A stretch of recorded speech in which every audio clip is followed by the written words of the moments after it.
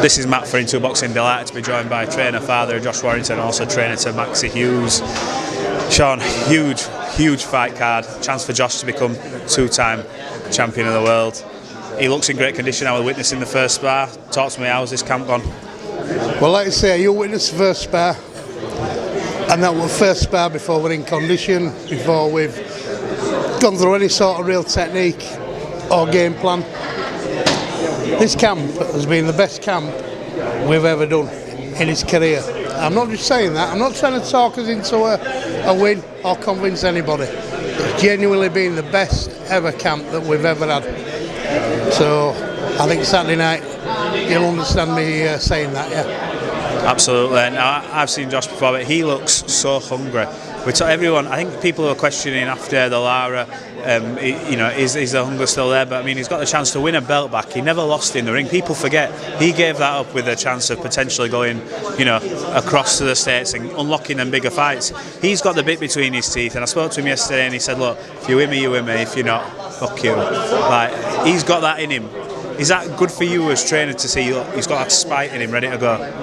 That's spiteful. I mean, listen, we've had to bring extra sparring in, we've brought them from all over, and the very, very best that we can find.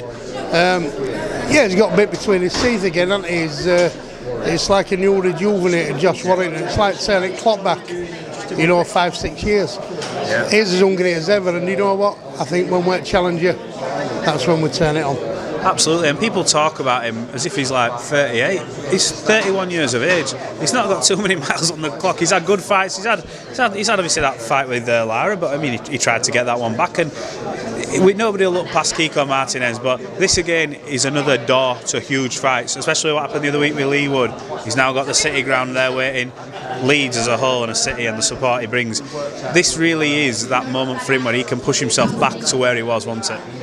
Oh yeah, absolutely. I mean, Leigh did a fantastic job there. Well, a shame really that, because I like both lads, Michael Conlon, and Leigh Wood. I like both lads, and I don't mean this disrespectfully, but I think if Leigh Wood fight happens with Josh, it's got to be Elland Road, hasn't it? Because I was looking at that Nottingham arena there, and it was half empty. It was half empty. There were loads of empty seats in there. I counted about a dozen empty. About a dozen? I was there, it was banging. We just told them, listen, a quid's a quid, isn't it? But yeah, no, on a serious note, wherever we have to go, we'll go. No problem. And that's a proper fight. Listen, let's not talk like Kiko's done, because he came against... I'm not going to look past Kiko. No, absolutely. I've learnt my lesson. I'm not going to look past Kiko. I was saying to Josh, it's so difficult to not, because it's the same with Maxi. He knows that a win against Ryan unlocks another big fight for him, and he just says, look, I just want to pay my house off. I just want to do this. And he's looking at this. Talk to me about Maxi Hughes.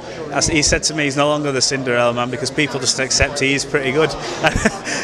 So, talk about this journey with Maxi, top bloke, and he's living his dream on that stage. There weren't really a plan when Maxi first came to us. In fact, he didn't make a decision and say, I'm coming to train with you. What he said was, I've moved to Wakefield, can I come and train at your gym? Keep myself in shape, like. So I said, yeah. And he started enjoying it, and I think he had a bit of time off. He kind of found love for the game again, and what he turned up at the gym, kept coming, and says, I think I might have another one. So that's how it started, like, with Maxi. And it's one of them. I've spoke to Ryan many a time. He's another, they're both such nice lads. Normally you have an antagonist. It's slightly changed in the press conference. He tried to half throw the fishing rod out there to see if Maxi will get riled up about come and fight me in the ring, because he knows Maxi can box. And Maxi, I spoke to after, he goes, I'm not taking the bait, I just have to win this fight. Listen, Maxi and Ryan, they're both nice guys, and Ryan is a nice guy. I like Ryan, and I like our family. And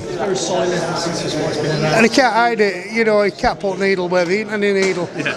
But if it were true what he was saying, really I'd be careful what you wish for, because don't think Maxi Hughes is about running and running and running. When Maxi Hughes lost to his brother Liam, that he keeps going on about, you've got to remember Maxi had only been with me 3 weeks. Yeah. 3 weeks, that's all. First time at his new weight, and it takes time to bed in. So they keep going on and on and on about that, and like I say, I'm not trying to cause any needle, but He's not boxing Liam. He's boxed Liam and he took a loss and he's accepted it, and so did I. And I would over the moon, not like Maxi won a world title, because Liam Walsh didn't do a bigger job on him that they're making out. And let me tell you, if after this fight they want to do it again, then we'll do it again. Not a problem. Absolutely. I mean, Maxi's, I spoke to him about another sort of plan in his head. It's hard not to overlook.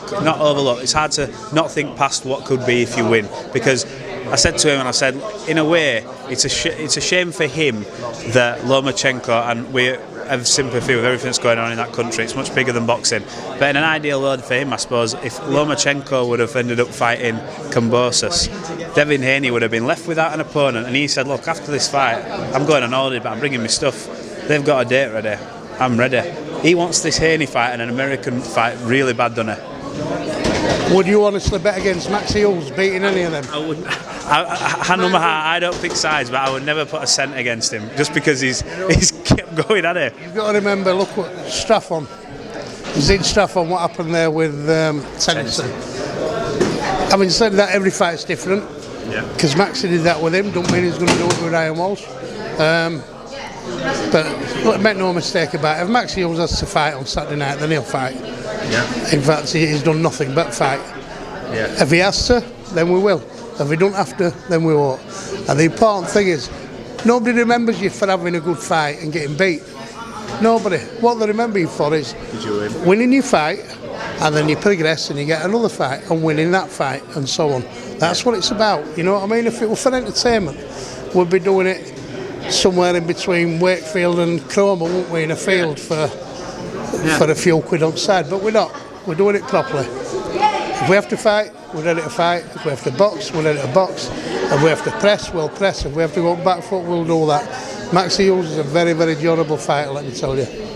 So on Saturday, we're going to have Anne Still and the New.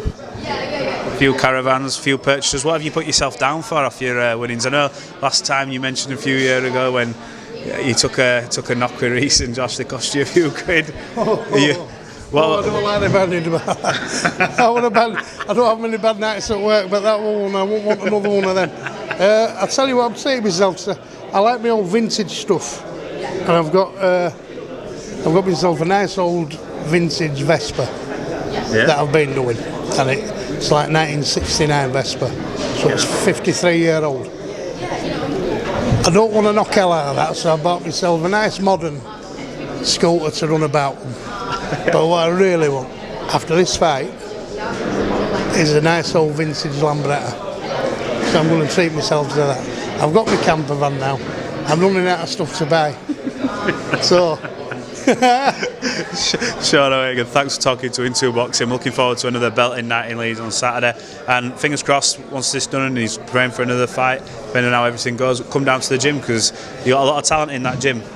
An awful lot of talent. I mean, listen, it's one of them. Imagine 2 world champions in there.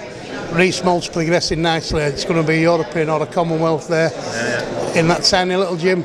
And my youngsters that are coming through, Will Harrison, Josh Hargreaves in particular, absolutely fantastic. That gym's on the rise, and there's more to come. Appreciate your time, Sean. Cheers, pal. No worries.